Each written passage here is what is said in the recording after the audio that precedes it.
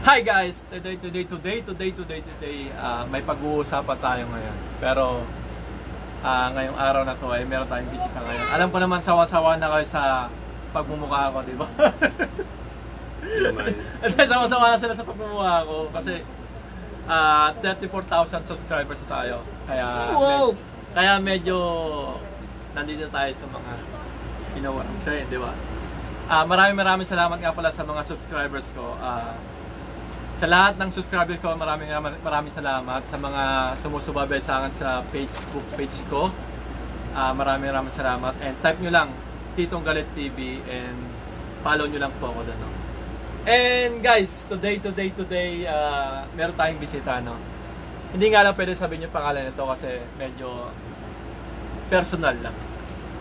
Alam nyo naman na marami tayong binablog na all about chut-chut, you know what I'm saying? And siyempre, marami rin nagtatanong at marami rin na gustong itanong sa ibang tao na ano ba yung mga opinion nila regarding about that. Tatanong lang kita, isang question, maybe like 3 to 4 question lang. Yes, 3 to 4, 5, 6, okay. Unang question, mahalaga ba ang sex sa isang relasyon? Yes. Oh, bakit? For me, bakit personally, yes? Okay, yes. Bakit yes? Kasi sex,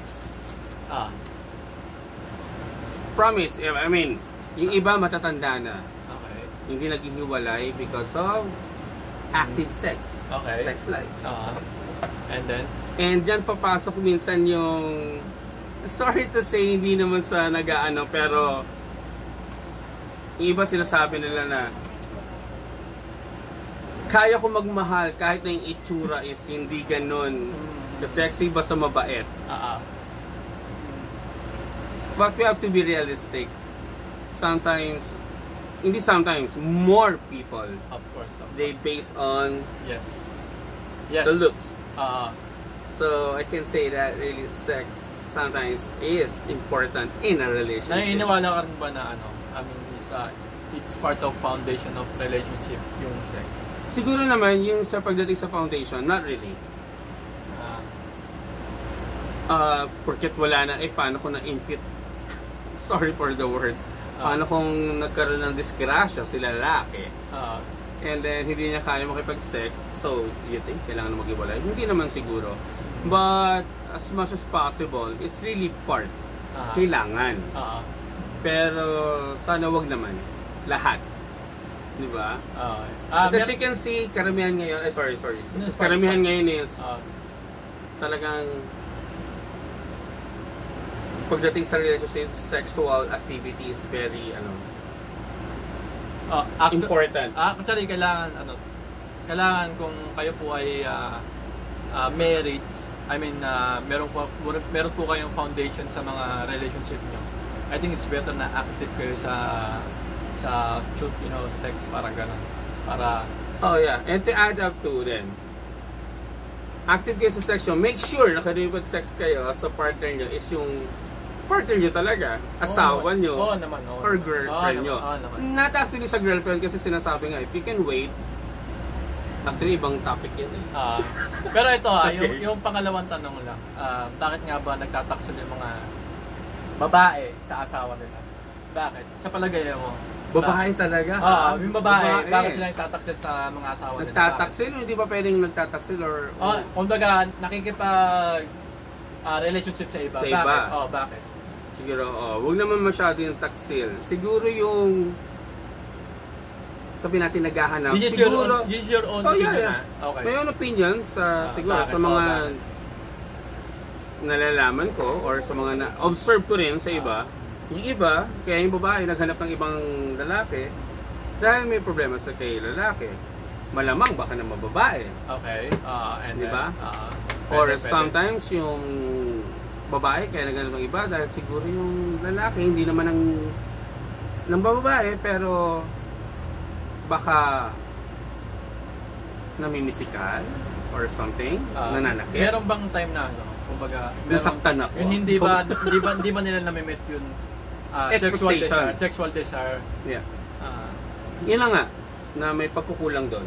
Pagkukulang sa hindi oo nga, no? Huwag na tayo maging bata. Or, kasi yung term talaga is promise, hindi na, like a real talk, you know? hindi na namimit yung expectation ni girl. Pagdating din sa sexual intercourse. Yung real talk yun guys. Yes. Kumbaga, pagdating sa kama, kailangan, kung kayo po ay lalaki, kailangan 100% binibigay nyo yung obligasyon nyo or responsibility nyo sa asawa nyo. You know, or pwede rin vice versa. Kailangan, give and take naman yan. Diba? Give and take. Diba? Kasi kung minsan, pwede bang sabihin nyo na kung minsan naman yung lalaki kaya naghahanap naman ng iba dahil si girl or si babae wala nang time. Meron bang time na meron bang pagkakataon na pwede magiganti yung babae? Because, kaya nagtataksel yung babae kasi nagiganti siya sa lalaki. Pwede For me, pwede yun. Kaya lang sa atin, we have to face the reality. Dito sa atin the reality. Pag ang lalaki ng babae, it's okay. Kasi ang lalaki kasi is natural polygamous. Oo naman. Diba? Naniniwala ako din. Samantalang ang babae, parang nakasanayan na natin. Yes. Sorry. Sabihin natin parang naging tradition. Hindi tradition parang yun yung natural. Pero pag ang babae ng loko, wow. Kasiraan yan. Ang term, iniputan, niloko. Ayun, makinig kayo guys. Sorry for the word, pero the P-U-T-A,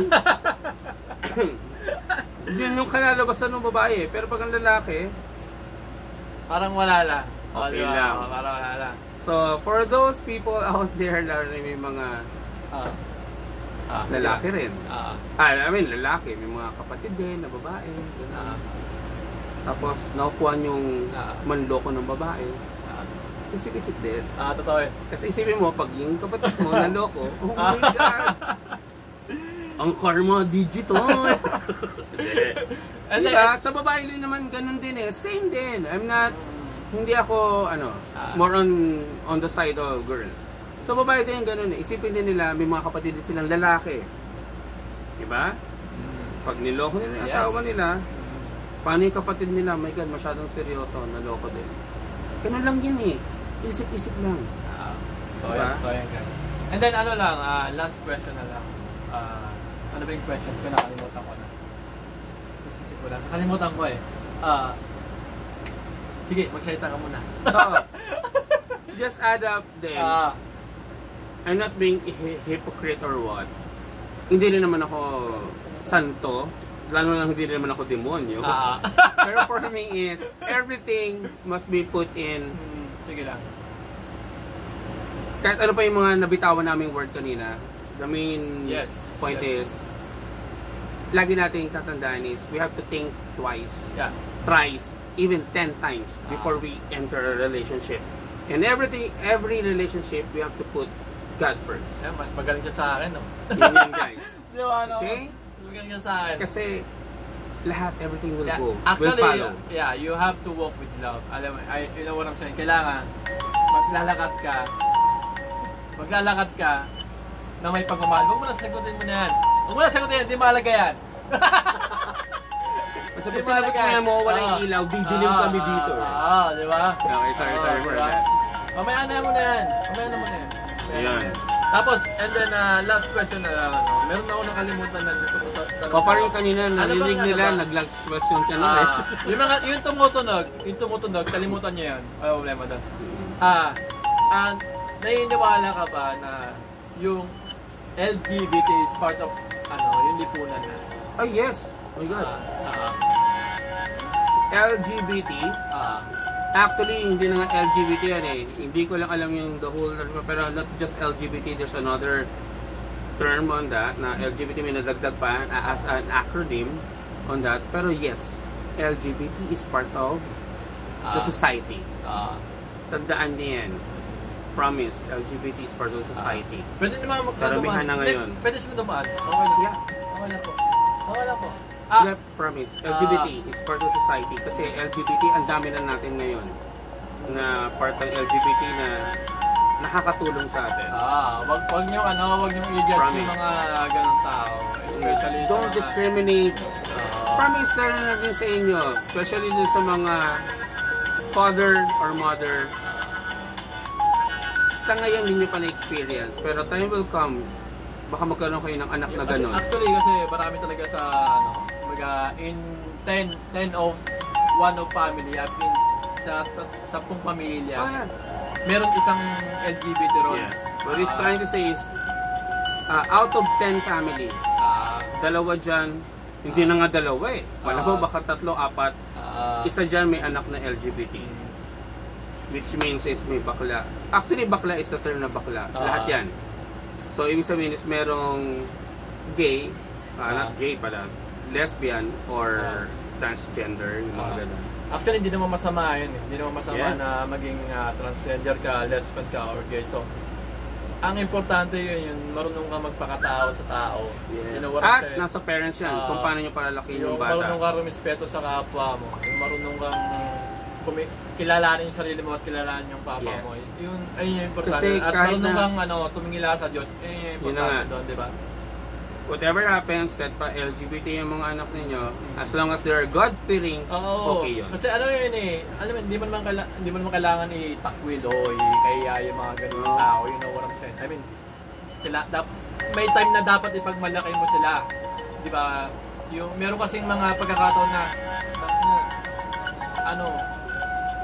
yung hindi mo naman dapat na ikahiya yung gantong tao kasi dugo mo to, alam mo yun, yung may mga may mga ganong tatay na even, hindi nila matanggap yung anak nila na gano'n. Or even, to be honest, even I didn't choose to be like that.